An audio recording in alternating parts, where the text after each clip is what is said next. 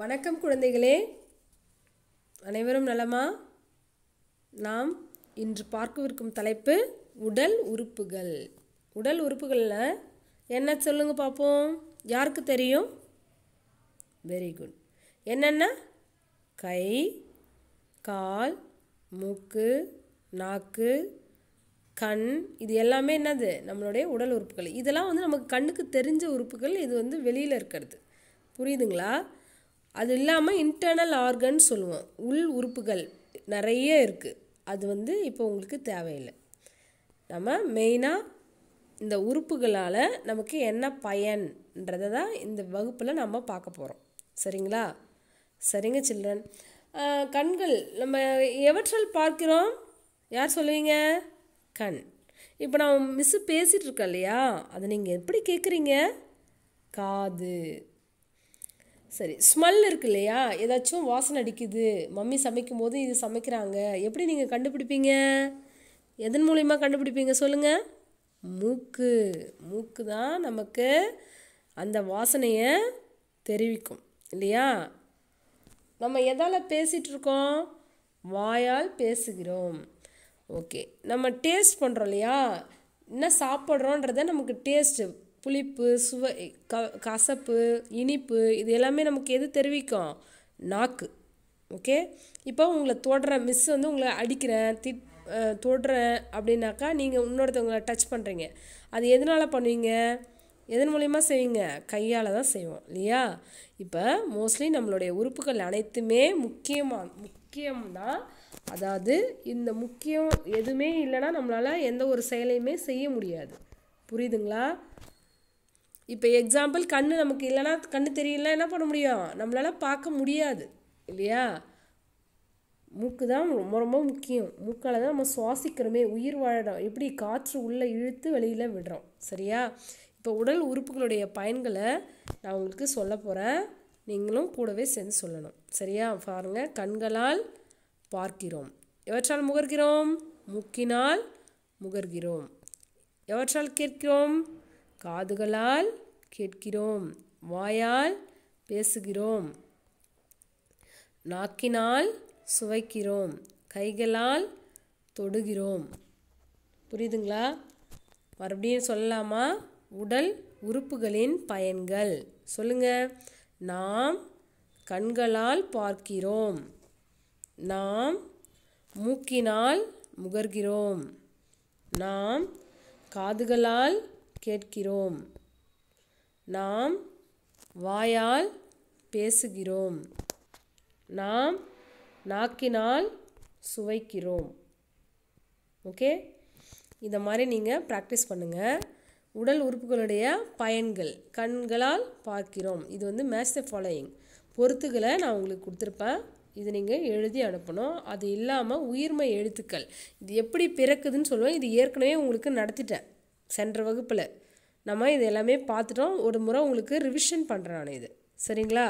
இக்கு கூட்டல் ஆ, இக்கு கூட்டல் ஆ, கா, இது கா வரிசை. கா, ஙா, சா, ஞா, டா, நா, தா, நா, பா, மா, யா, ரா, லா, வா, ழா, லா, ரா, நா. இது உங்களுக்கு ஏற்கனவே தெரிஞ்சது தான். மறுபடியும் நான் உங்களுக்கு ரிமெம்பர் பண்ணுறேன். அது மாதிரி கா வரிசை. அந்த கா வரிசை எப்படி வருது? இக்கு கூட்டல் ஆ, கா. இக்கு கூட்டல் ஆ, கா. இதை நீட்டி சொல்லணும். சரியா? அடுத்து பாருங்கள். இக்கு கூட்டல் இது ஈ, கீ, கீ வரிசை. அடுத்தது இக்கு கூட்டல் ஈ, கீ, சி, அப்படி படிக்கணும். புரியுதுங்களா? அது மாதிரி பாருங்கள். ஊ வரிசை பாருங்கள். இக்கு கூட்டல் ஊ, கு. இக்கு கூட்டல் ஊ, கூ. இப்படி தான் இதை நீங்கள் சொல்லணும். இது குறில், இது நெடில். அதாவது ஆ குறில், ஆ நெடில், இ குறில், ஈ நெடில், உ குறில், ஊ நெடில். இந்த நெடில் எழுத்து வரிசையெல்லாம் எப்படி சொல்லணும்? நீட்டி சொல்லணும். கூ ngூ சூ இந்த 2 வரிசை மட்டும் உங்களுக்கு நான் நல்லா சொல்லித்தரேன் பாருங்கள். மறுபடியும் நீங்கள் அதை ரிமெம்பர் பண்ணுங்கள். இதை எழுதி பார்க்கணும். கூங்குச்சி வரிசையை உங்களுக்கு கஷ்டமாக தான் இருக்கும். நீங்கள் எழுதி பார்த்தா தான் ப்ராக்டிஸ் ஆகும். அப்புறம் ஃபஸ்ட் ஸ்டாண்டர்டில் வரும்போது நீங்கள் உங்களுக்கு கஷ்டம் இல்லாமல் இருக்கும். சரிங்களா? ஈஸியாக இருக்கும். சொல்லாமா? இதை கூ வரிசை சொல்லுங்கள். கு ngூ சூ ஞூ டூ நூ தூ நூ பூ மூ யூ ரு லு உ ழு லு ரு நு. அடுத்து பாருங்கள். கூ வரிசை பாருங்கள்.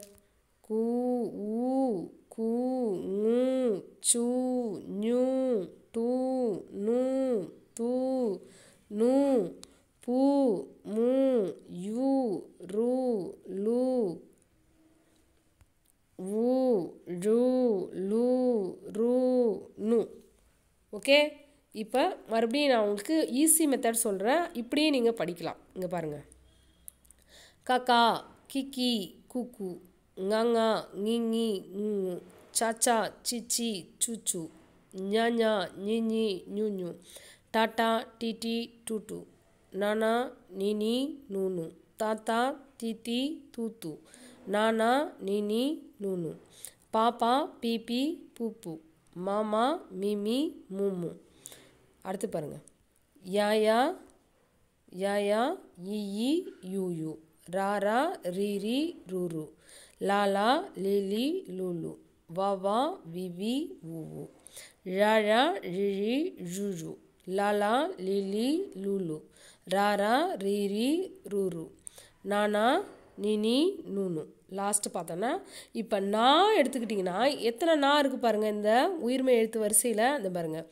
இதோ ஒரு 3 ஸ்ரீனா. அடுத்து பார்த்திங்கன்னா இந்த நா பந்து வரும் இல்லையா, அந்த நா. அடுத்து லாஸ்ட்டாக ஒரு நா இருக்கும் பாருங்கள். 2 ஸ்ரீனா வரும். இது உங்களுக்கு 3 நா சொல்லணும். சரியா? அதே மாதிரியே ரா 2 ரா வரும் பாருங்கள். இந்த ஒரு ரா வருது, இதையும் ரா தான் சொல்லணும். அதுமாதிரி லா, இந்த ஒரு லா, இது ஒரு லா. ஓகே, இது ரெண்டுமே. ஆனால் சொல்லும்போது ப்ரொனன்சியேஷன் பண்ணும்போது அது கொஞ்சம் டிஃபராக சொல்லணும். அழுத்தி சொல்கிறது சொல்லணும்.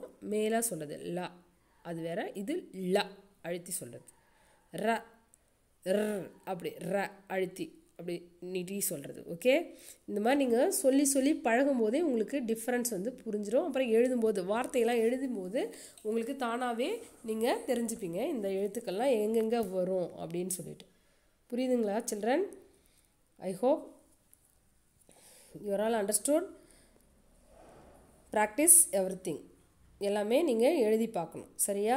இப்போ நீங்கள் உடல் உறுப்புகளுடைய பயன்கள் பார்த்தோம் இல்லையா, அதை வந்து பொறுத்துகளை கொடுத்துருக்கேன். அது கூட இந்த உயிர்மை எழுத்துக்கள் கா முதல் கூ வரிசை வரை எழுதி வாட்ஸ்அப் குரூப்புக்கு அனுப்பணும்.